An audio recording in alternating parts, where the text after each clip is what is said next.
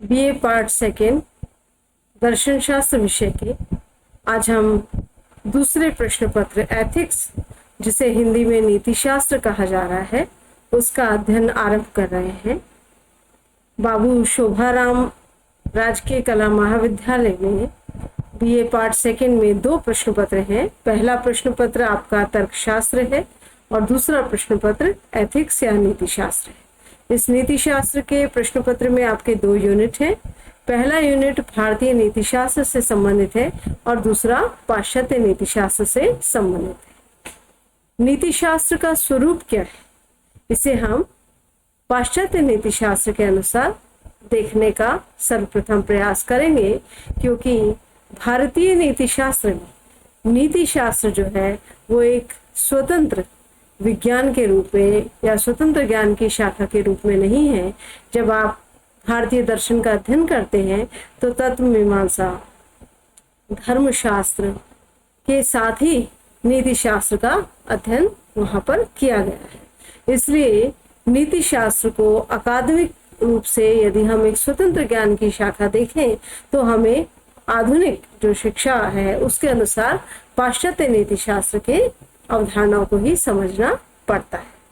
तो इस दृष्टि से हमने ये पहला लेक्चर नीति शास्त्र का स्वरूप जो वेस्टर्न एथिक्स है उसके अनुसार आपके लिए तैयार किया है, ताकि आप ये जान सकें कि नीति शास्त्र क्या होता है।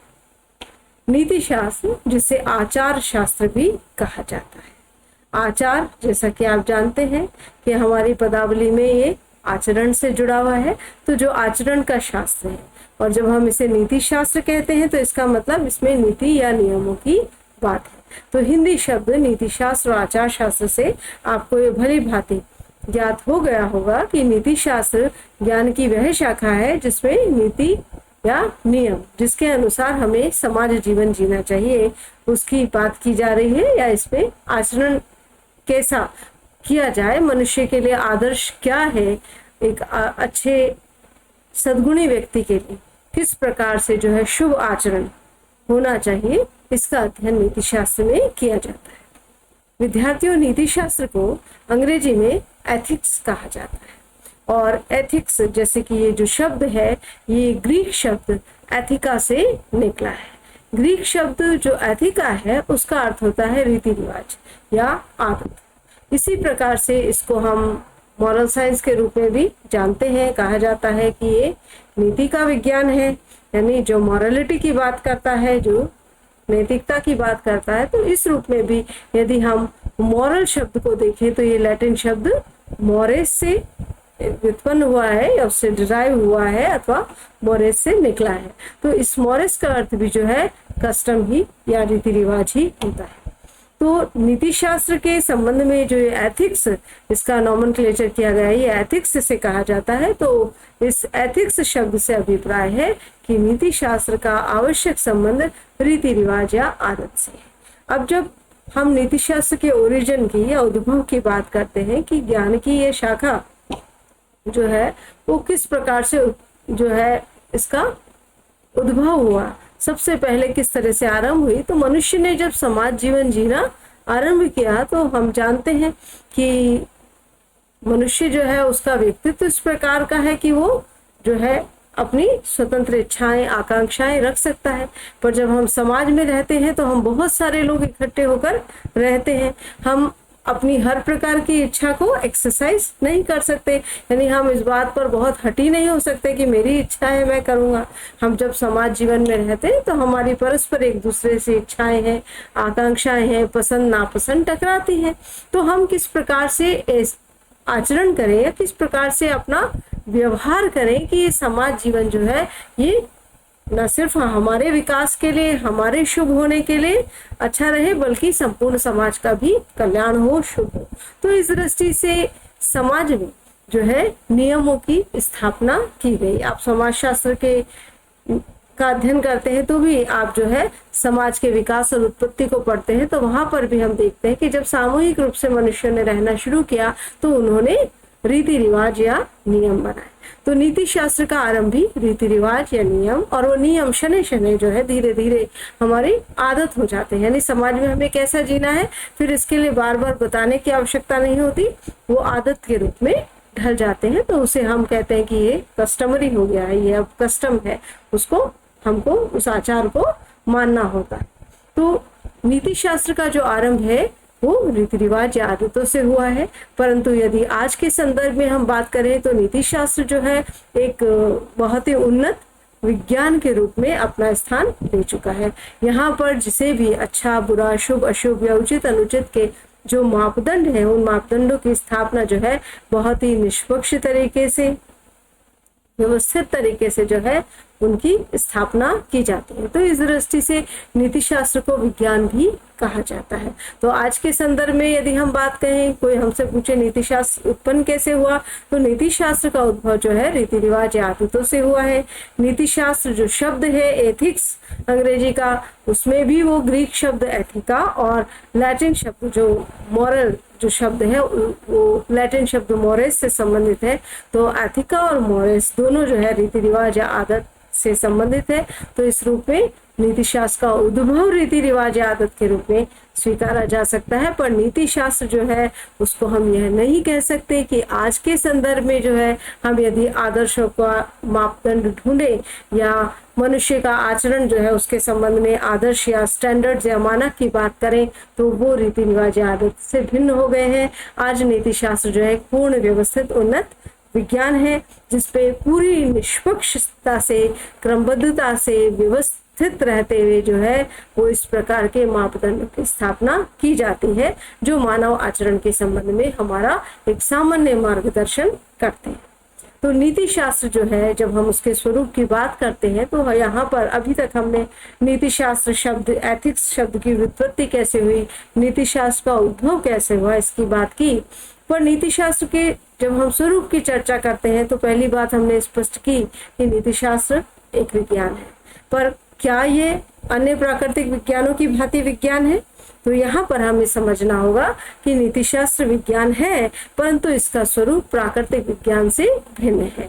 नीति शास्त्र को एक आदर्शवादी या नियामक विज्ञान कहा जाता है। अब आदर्शवादी या नियामक विज्ञान क्या होता है? जब हम प्राकृतिक विज्ञानों को देखते हैं तो वहाँ किसी न किसी प्रकार के तथ्यों का वर्णन किया जाता है, ना डिस्क्राइब किया जाता है, ऐसा होता है, ऐसा होता है। परंतु नीति शास्त्र में जब आप अध्ययन करेंगे तो आप यहाँ देखेंगे कि यहाँ वर्णन या विवरण नहीं दिया जा रहा कि ऐसा होता है, ऐसा होता है, बल्कि यहाँ पर जो है इस तरह के मापदंड या नॉर्म्स या नियम प्रस्तुत किए जा रहे हैं जो हमारे लिए आदर्श है। इसके आधार पर हम जो है मनुष्य के जो अच्छे कर्म है उनका मूल्यांकन कर सकते हैं। तो नीति शास्त्र इस रूप में एक आदर्शवादी या नियामक विज्ञान है। अब नीति शास्त्र का जब हम क्षेत्र की भी बात करते हैं और ये बात करते हैं कि वो मनुष्य के कर्मों पर जो है का मूल्यांकन करता है, नहीं कर्म क्षेत्र पर लागू होता है, तो यहाँ ये जानना भी आवश्यक है कि नीति शास्त्र का जो क्षेत्र है वो मनुष्य का सामाजिक जीवन है। एक मनुष्य यदि इस प्रकार की जो है व्यक्तिगत इच्छाएं या पसंद रखता है जो उसके सामाजिक जीवन में को बाधित नहीं करती या किसी दूसरे व्यक्ति के जीवन के लिए किसी प्रकार से रुकावट या बाधा पैदा नहीं करती, तो फिर वो नीति शास्त्र का क्षेत्र नहीं है। नीति शास्त्र का क्षेत्र वही है कि मनुष्य की जिस क्रिया का प्रभाव जो है वो मनुष्य के सामाजिक जीवन पर पड़ता है, यानी अन्य मनुष्य पर पड़ता है, और उस व्यक्ति का वो एक चूंकि समाज का अंग है तो वो अन्यों पर प्रभाव डालता है। तो उन इच्छाओं का या उन कर्मों का जो है मूल्यांकन किया जाता है जो उसके सामाजिक जीवन के शुभ अशुभ से जुड़े हैं। फिर नीति शास्त्र को आचरण का विज्ञान कहा जाता है। अब आचरण जिसे अंग्रेजी में कंडक्ट कहा जाता है, यदि आपसे पूछा जाए कि आचरण क्या है, यानी किसी मनुष्य के जब हम आचरण की बात करते हैं तो अमूमन आपने देखा होगा हम किसी की या तो प्रशंसा करते हैं या निंदा करते हैं, यानी एक तरह से हम उसका मूल्यांकन करते हैं। यहाँ तक कि हम ऐतिहासिक पुरुषों के संबंध में भी जो है इस तरह के मूल्यांकन करते हैं कि उनका चरित्र बहुत ही प्रशंसनीय था, वो बहुत ही जो है उच्च कोटि के सद्गुणी व्यक्ति थे। तो या किसी का हम इस तरह से भी मूल्यांकन करते हैं कि उसका चरित्र बिल्कुल भी अच्छा नहीं था। समाज में रहने वाले व्यक्तियों के लिए भी हम कहते हैं कि इसका चरित्र बहुत उत्तम कोटि का है, इसका चरित्र जो है वो संतोषजनक है। तो यहाँ पर नीति शास्त्र जो है वो आचरण का विज्ञान है, यानी ऐसा विज्ञान है जिसमें मनुष्य के आचरण की बात की जाती है, आचरण का मूल्यांकन किया जाता है। अब आचरण बनता कैसे? जब हम ये कहते हैं कि अमुक मनुष्य जो है वो सद्गुणी है, अमुक मनुष्य उत्तम चरित्र वाला है, तो यहाँ पर यदि ऐसा होता कि सभी मनुष्यों के लिए सारी क्रियाएं करनी कंपलसरी होती तो सबका चरित्र एक जैसा होता। परंतु हम बोलते हैं इसका अच्छा है चरित्र, इसका चरित्र अच्छा नहीं है। इसका मतलब कहीं ना कहीं वो मनुष्य जो है जिन आचरण से संबंधित जिन क्रियाओं को करता है उन क्रियाओं के मूल में उसकी स्वतंत्रता है, यानी वो ऐच्छिक क्रियाएं हैं। मनुष्य अपने स्वविवेक से, अपने स्वतंत्र संकल्प से उन इच्छाओं को संपादित करता है, यानी किसी प्रकार की क्रियाओं को या एक्शंस को परफॉर्म करता है तो उस परफॉर्म करने के मूल में व्यक्ति की स्वतंत्रता जुड़ी हुई है। तो आचरण का संबंध मनुष्य की ऐच्छिक क्रियाओं से है। अब ऐच्छिक क्रियाएं क्या है? अंग्रेजी में इसे बोलते हैं वॉलेंट्री एक्शन।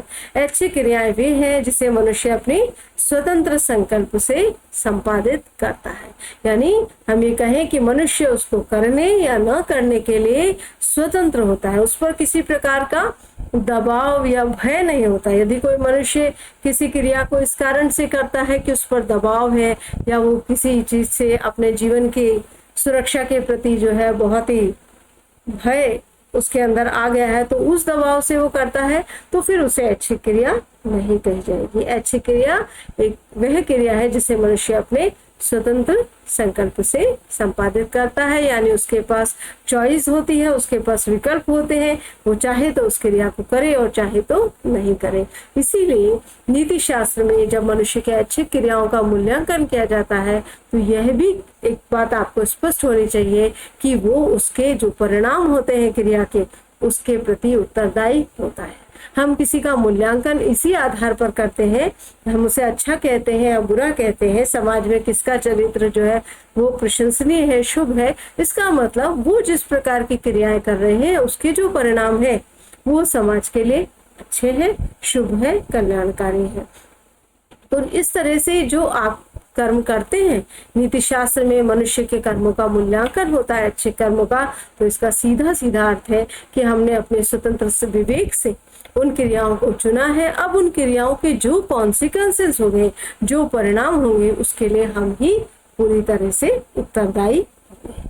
तो इस तरह से हमें देखते हैं कि नीति शास्त्र जो है कानून नहीं है, परंतु कानून का आधार भी जो है एक तरह से हम कह सकते हैं कि ये नैतिक मापदंड है जिसको नीति शास्त्र में प्रस्तुत किया जाता है। तो आज हमने नीति शास्त्र के स्वरूप में नीति शास्त्र के परिचयात्मक रूप को जाना कि किस प्रकार से एथिक्स शब्द जो है वो रीति रिवाज या आदत से संबंधित है, किस प्रकार से नीति शास्त्र विज्ञान है पर आदर्शवादी और नियामक विज्ञान है, नीति शास्त्र मनुष्य के सामाजिक जीवन से संबंधित है, ये एक ऐसा विज्ञान है जिसे आचरण का विज्ञान कहते हैं, और मनुष्य का आचरण जो है उसकी ऐच्छिक क्रियाओं से जुड़ा है, और ऐच्छिक क्रियाएं वे क्रियाएं होती हैं जो उसके स्वतंत्र संकल्प से निर्धारित होती है।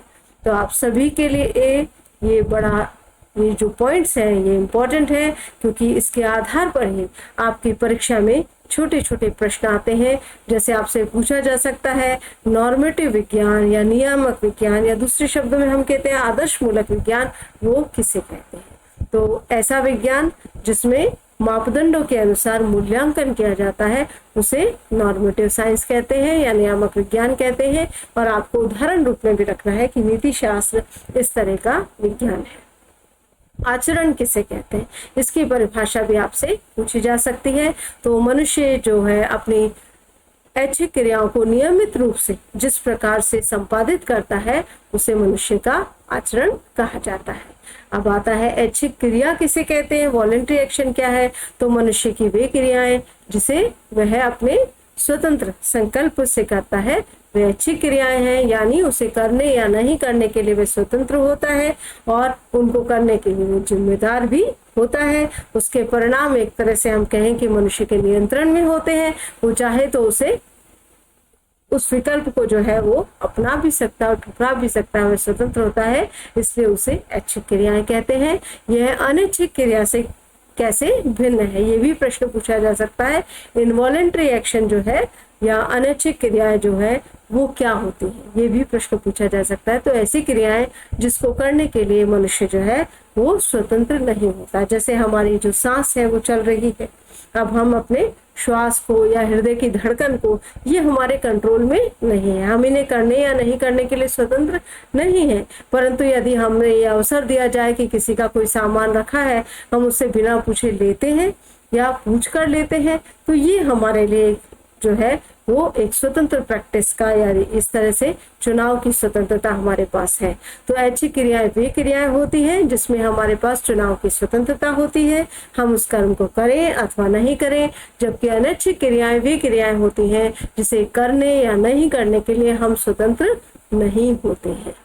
तो एक और प्रश्न आपके लिए बनता है यहाँ पर छोटा सा कि स्वतंत्र संकल्प क्या है। इसको संकल्प की स्वतंत्रता भी कहते हैं, फ्रीडम ऑफ विल, वो क्या है।